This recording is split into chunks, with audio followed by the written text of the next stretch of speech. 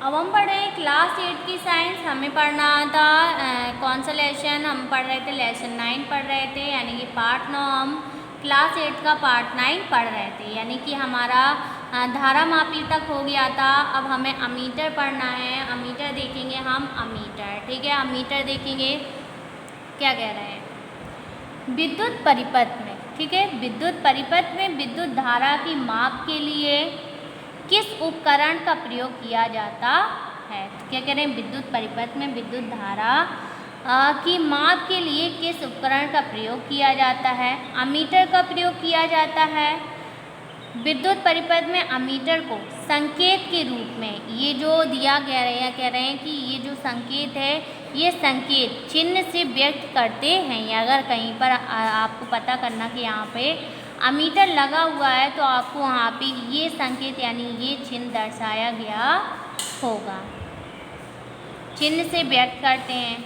Ammeter के धन सिरे यानी कि धर्म टर्मिनल और सेल अथवा बैटरी के धन ध्रुव से परिपथ में श्रेणी क्रम में जोड़ा जाता है। गैल्वेनोमीटर के समांतर क्रम में कह रहे कम प्रतिरोध का तार यानी शंट लगाकर अमीटर बनाया जाता है। नेक्स्ट हेडिंग हमें क्या दी गई है, वोल्ट मीटर। क्या दी गई है, वोल्ट मीटर। वोल्ट मीटर देखेंगे क्या है। वोल्ट मीटर में क्या कह रहे हैं कि चालक के सिरों के बीच, चालक के सिरों के बीच विभवांतर ज्ञात करने के लिए किस उपकरण का प्रयोग किया जाता है। तो क्या कह रहे हैं, जो चालक के सिरे होते हैं उनके बीच में जो विभवांतर ज्ञात किए जाते हैं उनके उपकरणों में कौन सा प्रयोग किया जाता है, विभवांतर मापन के, इसी मापन के लिए, इनको मापने के लिए काय का, वोल्ट मीटर का, वोल्ट मीटर का उपयोग किया जाता है। ठीक, विद्युत परिपथ में वोल्ट मीटर को संकेत के रूप में, ये आपको दिया है, ये संकेत के रूप में व्यक्त करते हैं। ठीक, विद्युत परिपथ में जिन दो बिंदुओं के मध्य विभवांतर ज्ञात करना होता है, वोल्ट मीटर को उन बिंदुओं के समांतर क्रम में जोड़ा जाता है। गैल्वेनोमीटर के श्रेणी क्रम में उच्च प्रतिरोध लगाकर, क्या कह रहे हैं, उच्च प्रतिरोध लगाकर वोल्ट मीटर बनाया जाता है। कुछ और भी जाने, ये भी हम 2 पॉइंट इसमें दिए गए हैं, कुछ और भी जाने ये भी हम देखेंगे क्या है। अमीटर का प्रतिरोध बहुत कम और वोल्ट मीटर का प्रतिरोध बहुत अधिक होता है।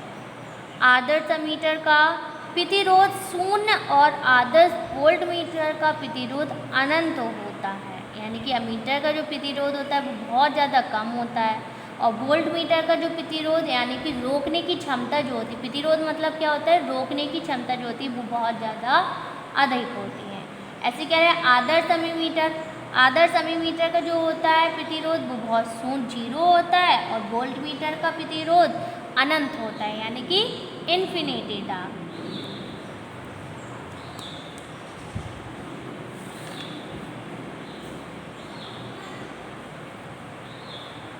आइए जाने कि प्रतिरोध क्या है।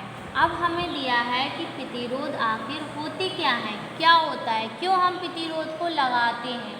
तो ये आपको जो R दिख रहा है ना, ये प्रतिरोधता है, ठीक है, ये रेजिस्टेंस है, इससे क्या होता है, करंट का बहाव कम हो जाता है। तो क्या कह रहे हैं, आइए जाने कि प्रतिरोध क्या है, इसका हम इस्तेमाल, प्रतिरोध को हम क्या बोलते हैं, रेजिस्टेंस भी बोलते हैं।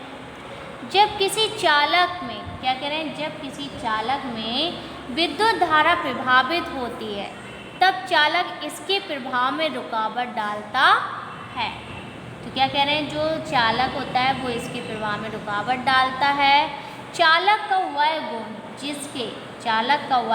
जिसके कारण उसमें प्रवाहित होने वाले आवेश के प्रभाव में अवरोध, क्या कह रहे हैं, प्रवाह में अवरोध उत्पन्न होता है, प्रतिरोध कहलाता है।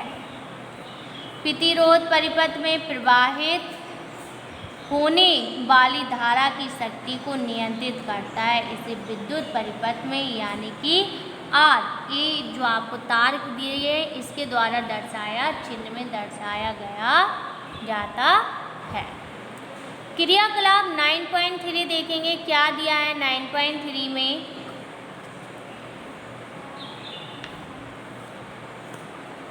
9.3 बैटरी अमीटर कुंजी तथा नाइक्रोम का प्रतिरोध तार 20 सेंटीमीटर लंबाई का को जोड़कर विद्युत परिपथ बनाएं। अब कुंजी को दबाकर धारा प्रभावित करें। परिपथ में प्रवाहित धारा का मान एमीटर की सहायता से ज्ञात करें। क्या करें आप, धारा में प्रभावित जो प्रवाहित धारा का मान एमीटर की सहायता से ज्ञात करें। अब बिंदु कह रहे हैं, बिंदु पी क्यू के मध्य 40 सेंटीमीटर लंबाई का नाइक्रोम का पतला तार लगाकर धारा का मान नोट करें। क्या देखते हैं, धारा का मान कम हो जाता है। अब पहले तार के स्थान पर बिंदु Q के मध्य 40 सेंटीमीटर लंबाई का नाइक्रोम का मोटा तार जोड़ें। परिपथ में धारा प्रवाहित करें तथा एमीटर की सहायता से धारा का मान नोट करें। ठीक है, क्या देखते हैं, धारा का मान कम हो जाता है। अब पहले तार के स्थान पर बिंदु PQ के साथ क्या कह रहे हैं, क्या देखते हैं, धारा का मान पहले मान की अपेक्षा बहुत ज़्यादा अधिक हो जाता है। क्यों हो जाता है, पहले पतले तार की अपेक्षा मोटे तार का प्रतिरोध कम होने के कारण इस क्रियाकलाप में स्पष्ट है कि स्थिर ताप पर किसी चालक तार के पदार्थ का प्रतिरोध तार की लंबाई तथा तार के अनुप्रस्थ काट के क्षेत्रफल पर निर्भर करता है। तो किसी निश्चित चालक के लिए चालक के सिरों का विभवांतर V और उससे प्रवाहित धारा I का अनुपात स्थिर होता है। इस अनुपात V/I को चालक का विद्युत प्रतिरोध R कहते हैं। प्रतिरोध R, अब देखेंगे प्रतिरोध R। प्रतिरोध R देखेंगे क्या होता है, विभवांतर। तो विभवांतर यानी कि वोल्ट V से करते हैं और वोल्ट बोलते हैं उसे। धारा को I से करते हैं और एम्पियर बोलते हैं। क्या बोलते हैं, एम्पियर में। प्रतिरोधक रोध का मात्रक ओम होता है। प्रतिरोध का मात्रक कितना होता है, ओम होता है। ठीक, इसे संक्षिप्त रूप में क्या कह रहे हैं, इसे संक्षिप्त रूप में ग्रीक प्रतीक ओमेगा से व्यक्त किया जाता है। यदि V बराबर कह रहे 1 वोल्ट और I बराबर 1 एम्पियर है तो प्रतिरोध R 1 वोल्ट अपन 1 एम्पियर बराबर 1 ओम प्रतिरोध का SI मात्रक है। किसी चालक के सिरों पर 1 वोल्ट विभवांतर आरोपित करने से चालक में यदि 1 एम्पियर की धारा प्रभावित हो तो चालक का प्रतिरोध 1 ओम होगा। तो चालक का प्रतिरोध कितना होगा, 1 ओम होगा। यानी कि चालक की रेजिस्टेंस जो होगा वो होगा 1। उदाहरण दिया है, हमें देखेंगे उदाहरण के रूप में क्या दिया है। यदि किसी चालक के सिरों का विभवांतर 6 वोल्ट तथा उसमें 2 एम्पियर की धारा प्रवाहित होती है तो चालक का प्रतिरोध कितना होगा। हल, चालक का प्रतिरोध विभवांतर अपन धारा कर देंगे। उदाहरण दिया है कि एक सवाल दिया गया तो विभवांतर में कितना दिया था, 6 वोल्ट दिया था और एम्पियर कितना दिया था, 2 एम्पियर दिया था। तो चालक का प्रतिरोध 2 से 6 कट जाएगा, 3 ओम आ जाएगा। यानी कि वोल्ट अपन एम्पियर का जो होता है वो होता है ओम। अब नेक्स्ट हेडिंग हमें क्या दी है, अन्य प्रकार की ऊर्जा का विद्युत ऊर्जा में रूपांतरण। यानी कि जो अन्य प्रकार की ऊर्जा होती है उसमें विद्युत ऊर्जा का क्या है। तो लिखेंगे विद्युत ऊर्जा का क्या रूपांतरण। सो पहली हेडिंग हमें क्या दी है, सोलार सेल। क्या दी गई है, सोलार सेल। सोलार सेल देखेंगे क्या है।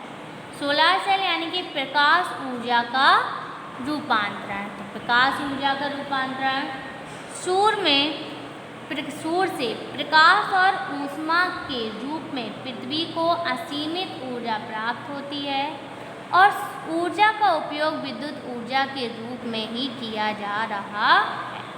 सोलार सेल अपने ऊपर पड़ने वाली सौर ऊर्जा को विद्युत ऊर्जा में रूपांतरित कर देता है। इसका उपयोग विशेष रूप से कृत्रिम उपग्रहों में किया जा रहा है। इसका उपयोग जो है वो कृत्रिम उपग्रहों यानी कि जो किसानी के उपग्रह उनमें ज़्यादातर किया जाता है।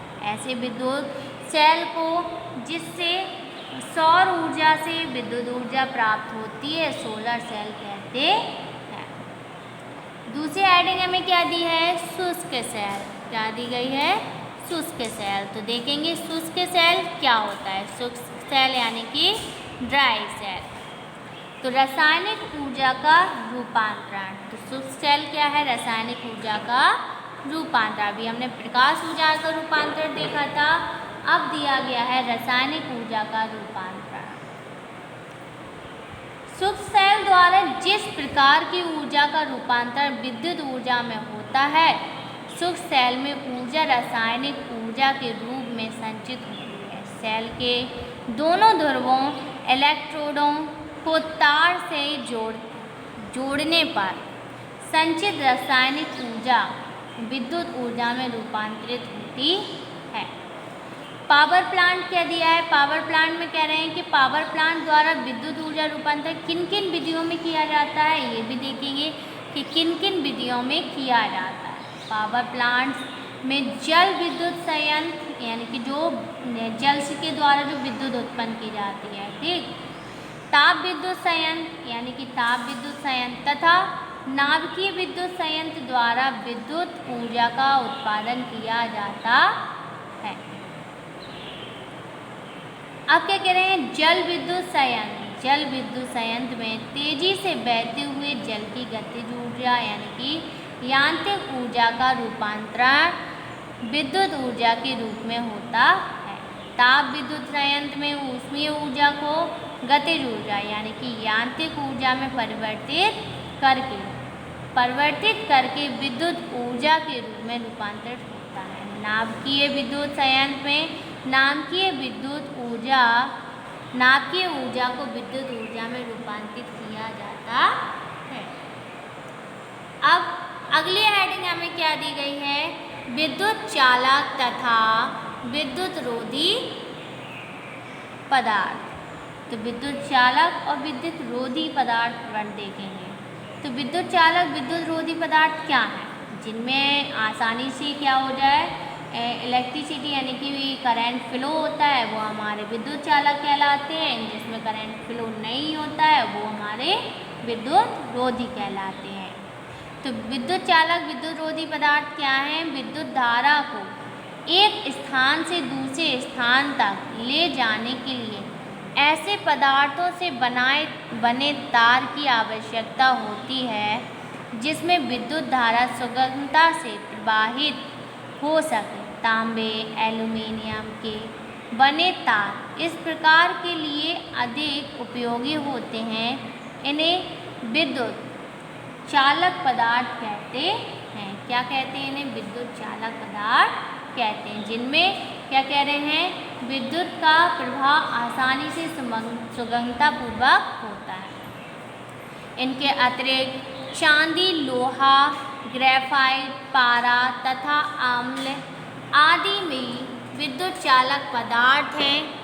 आर्गन कह रहे हैं कि आर्गन गैस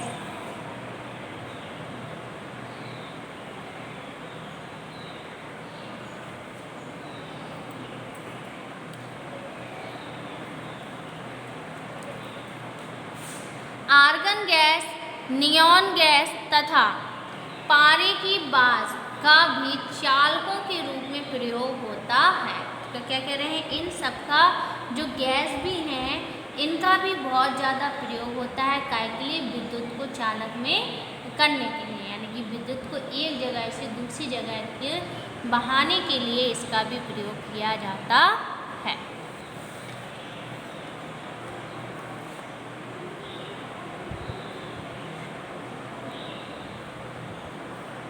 रबर, सूखा कपड़ा, ठीक है, सूखी लकड़ी, कांच आदि ऐसे पदार्थ हैं जिनसे विद्युत धारा प्रवाहित नहीं होती है, उन्हें विद्युत रोधी पदार्थ कहते हैं।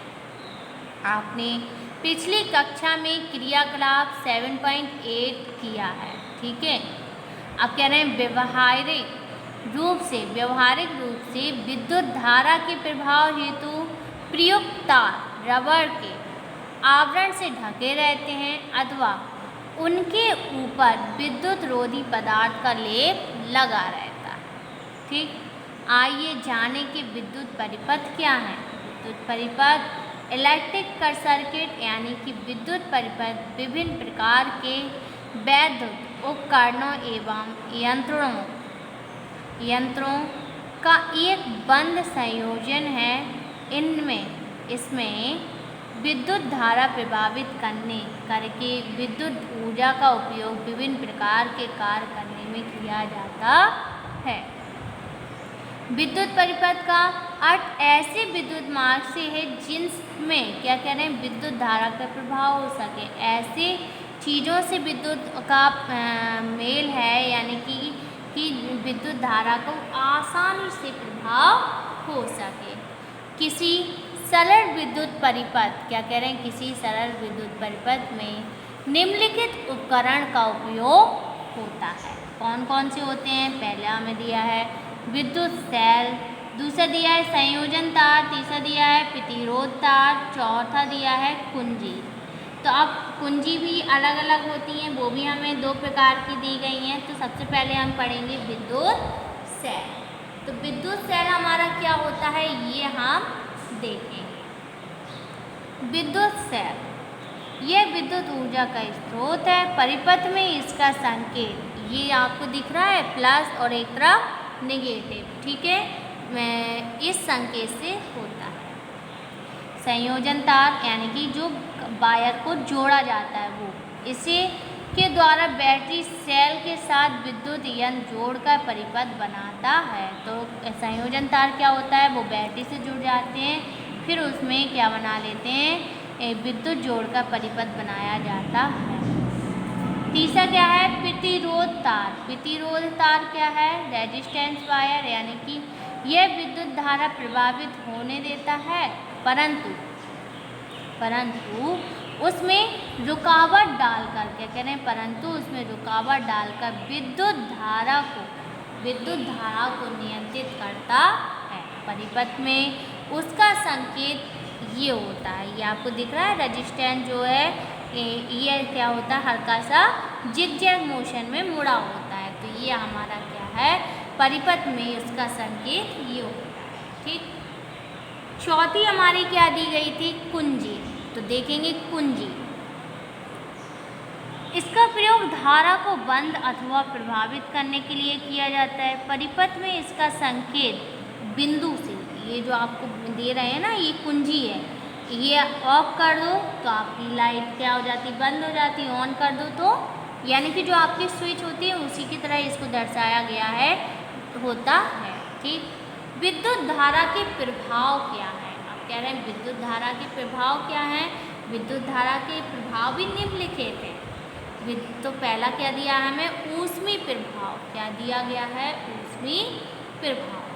तो ऊष्मीय प्रभाव, विद्युत धारा के ऊष्मीय प्रभाव का उपयोग करके क्या कह रहे हैं, विद्युत धारा के ऊष्मीय प्रभाव का उपयोग करके अनेक उपयोगी उपकरण बनाए गए हैं, जैसे विद्युत बल्ब, कपड़ों पर प्रेस करने के लिए, विद्युत इस्त्रियाँ, विद्युत अंगीठी, ठीक है, पानी गर्म करने की केतली, कमरा गर्म करने के लिए heater, blower, toaster, baking oven, बाल सुखाने का यंत्र आदि। हम इन सब उपकरणों में क्या करते हैं, इसका उपयोग करते हैं। किसका करते हैं, ऊष्मीय प्रवाह यानी कि जो गर्म करते हैं। पहले हम इन सब चीज़ों को, इनके बर्तनों को गर्म करते हैं, फिर उनमें खाना वगैरह पकाते हैं। ठीक है, तो ये था हमारा ऊष्मीय प्रवाह।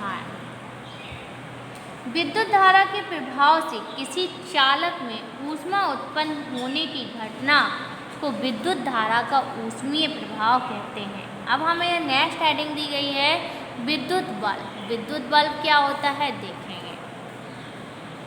विद्युत धारा के ऊष्मीय प्रभाव का उपयोग विद्युत बल्ब द्वारा प्रकाश उत्पन्न करने में किया जाता है। सामान्य बल्ब में टंगस्टन का बहुत पतला तार लगा होता है, किंतु जिसे तंतु यानी कि फिलामेंट कहते हैं। बल्ब से वायु निकालकर नाइट्रोजन यानी आर्गन गैस भर देते हैं।